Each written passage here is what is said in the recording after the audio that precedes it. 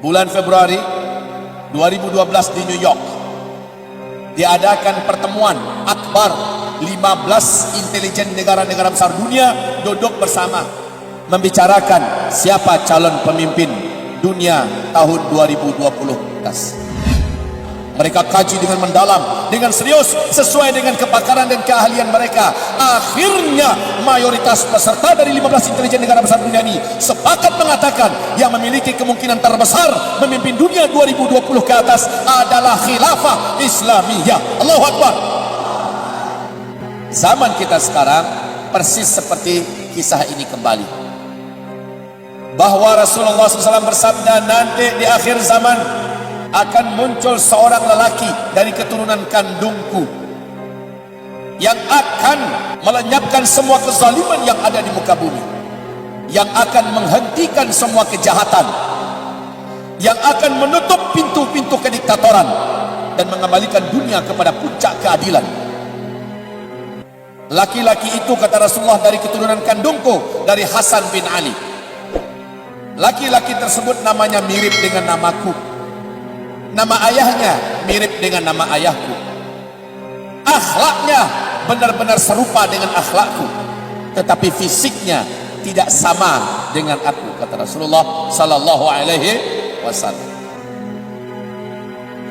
Orang-orang mulai mengincar-incar nih, siapa kira-kira? Allah, alhamdulillah, Rasulullah memberikan gambaran kapan kelahirannya. Rasulullah bersabda, dia lahir di akhir zaman, ditandai dengan terjadinya 2 kali gerhana dalam 1 bulan Ramadan. Nanti ketika dia sudah berusia 40 tahun, di hadis yang lain mendekati 40 tahun, sang pemimpin besar dari keturunanku ini, Nabi memberikan gelar kepadanya Imam Al-Mahdi, akan dibaiat di depan Ka'bah untuk bersedia memimpin umatku keluar dari kegelapan menuju kepada terangnya cahaya kemenangan. Di usia 40 tahun, di hadis yang lain mendekati 40 tahun. Jadi kelahirannya ditandai dengan terjadinya 2 kali gerhana dalam 1 bulan Ramadan. Kemudian dia dibaiat menjadi Al-Mahdi untuk memimpin umat Islam yang beriman seluruh dunia di depan Ka'bah di usia 40 tahun atau mendekati 40 tahun. Ketahuilah, di Jazirah Arabiah seluruh dunia memberitakan tahun 1981 telah terjadi 2 kali gerhana dalam 1 bulan Ramadan 1981 itu. Dan hebatnya 1982 tahun depannya terulang lagi, terjadi lagi 2 kali gerhana dalam 1 bulan Ramadan di Jazirah Arabiah. Masya Allah. Maka para ulama-ulama kita, dari ulama-ulama dunia Ahlus Sunnah wal Jamaah, mengatakan bahwa sosok pemimpin terakhir yang akan memenangkan Islam di akhir zaman telah lahir 1981. Secara Masehi, usia sang calon pemimpin besar, pemersatu umat Islam dan pemimpin kita bersama yang akan memenangkan dunia, yang akan memimpin kembali seluruh dunia ini dengan pemerintahan Islam yang penuh dengan keadilan, kesejahteraan dan kemakmuran, usianya sekarang ini sudah 38 tahun lebih. Rasulullah bersabda, dia dibaiat di depan Ka'bah di usia 40 tahun. Di hadis yang lain mendekati usia 40 tahun. Artinya sudah dekat sekali. Betul?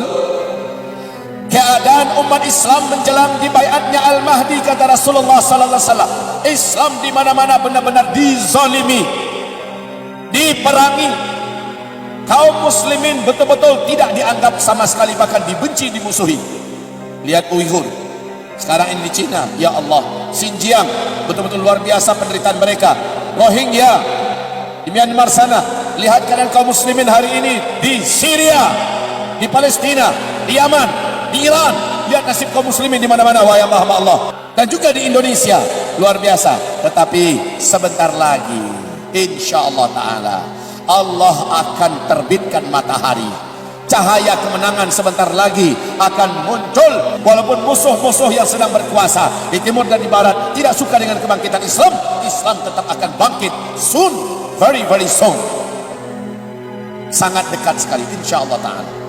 Dan itu terbukti bulan Februari 2012 di New York diadakan pertemuan akbar 15 intelijen negara-negara besar dunia duduk bersama membicarakan siapa calon pemimpin dunia tahun 2020.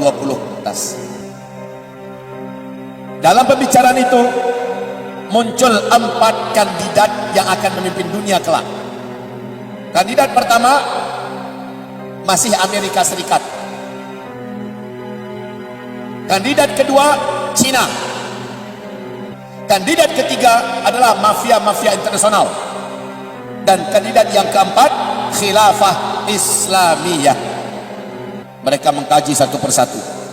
Amerika Serikat dulu dikaji, masih mungkin tidak, masih sanggup tidak, seberapa kemungkinan Amerika melanjutkan kepemimpinan dunia. Setelah dikaji oleh 15 intelijen negara besar dunia, sepakat seluruhnya mengatakan Amerika mustahil mampu melanjutkan kepemimpinan dunia. Amerika sekarang begitu rapuh, sangat lemah, tidak mungkin Amerika yang akan memimpin dunia 2020 ke atas. Dikaji Cina dengan segala kemampuan yang dimiliki oleh Cina, segala peluang-peluang yang ada pada Cina untuk memimpin dunia, maka mayoritas peserta sepakat mengatakan, intelijen besar dunia ini sepakat mengatakan tidak, Cina sangat rapuh untuk bisa memimpin dunia. Maka masuk pada opsi yang ketiga, mafia-mafia internasional.